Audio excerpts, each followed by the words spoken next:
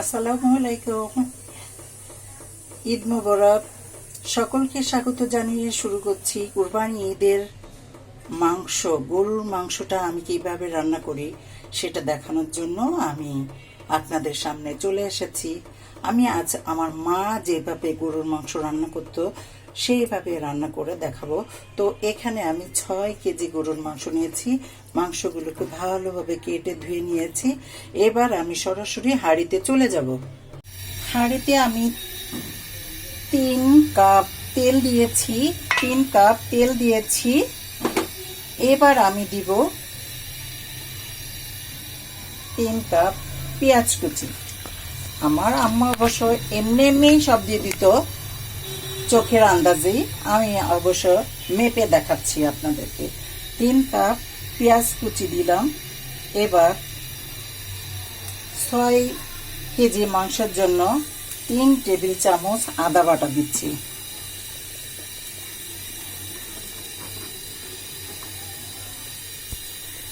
তিন টেবিল চামচ আদা বাটা, 3 টেবিল চামচ জিরা বাটা,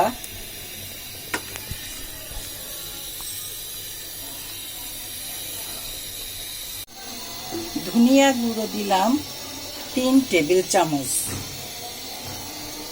রসুন বাটা 6 টেবিল চামচ,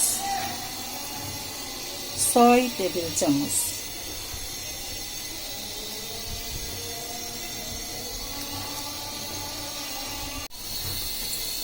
লবণ দিচ্ছি 6 টেবিল চামচ,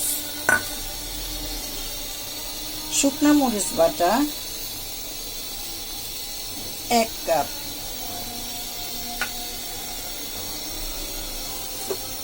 জয়ফল, জয়ত্রী, কিছু শাহি জিরা, কিছু সাদা এলাচ, দারচিনি, তেজপাতা বাটা দিচ্ছি 2 টেবিল চামচ।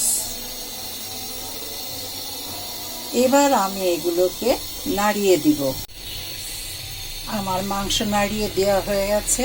এবার আমি কিছু গোলমরিচ দিয়ে দিব, আস্তে আস্তে গোলমরিচ, 2 টেবিল চামচ হলুদ গুঁড়ি,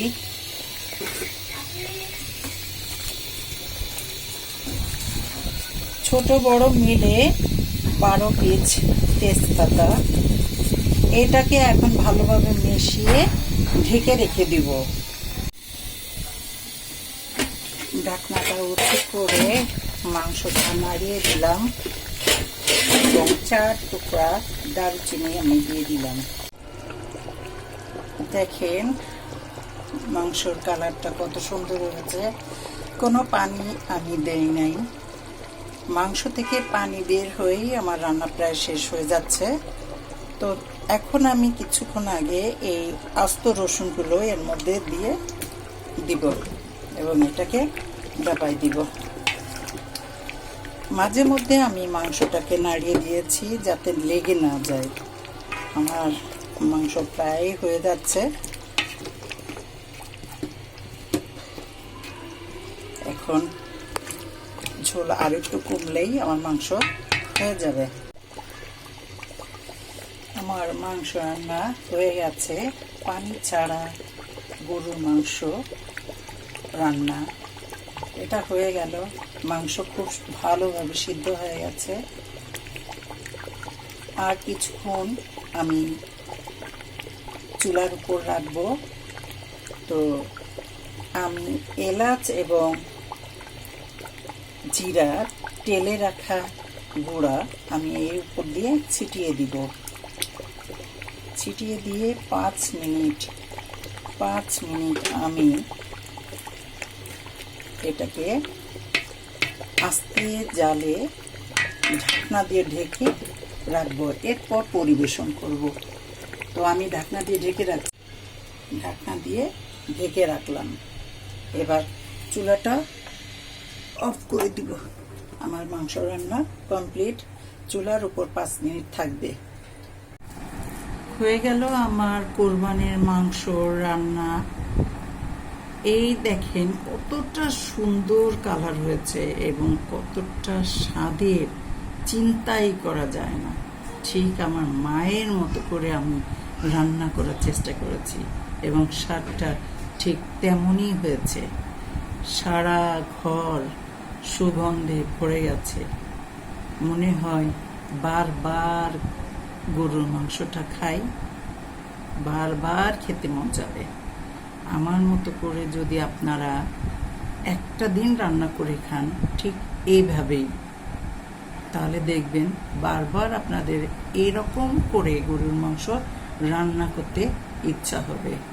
কোনো পানি ছাড়াই গরুর মাংসটা রান্না হয়েছে। শুধুমাত্র মশলা আর গরুর মাংস মিশানোর পর সঠিক নিয়মের জালেই গরুর মাংসটা রান্না হয়ে গেছে। কোনো প্রেসার কুকার ব্যবহার করা হয়নি। স্বাদও অতুলনীয়। তো আমার এই রেসিপিটা যদি আপনাদের ভালো লাগে, আমাকে সাপোর্ট করার জন্য প্লিজ সাবস্ক্রাইব করবেন, লাইকে লাইক দিবেন, অন্যদের মাঝে শেয়ার করবেন। এখানেই শেষ করছি। খুদা হাফেজ।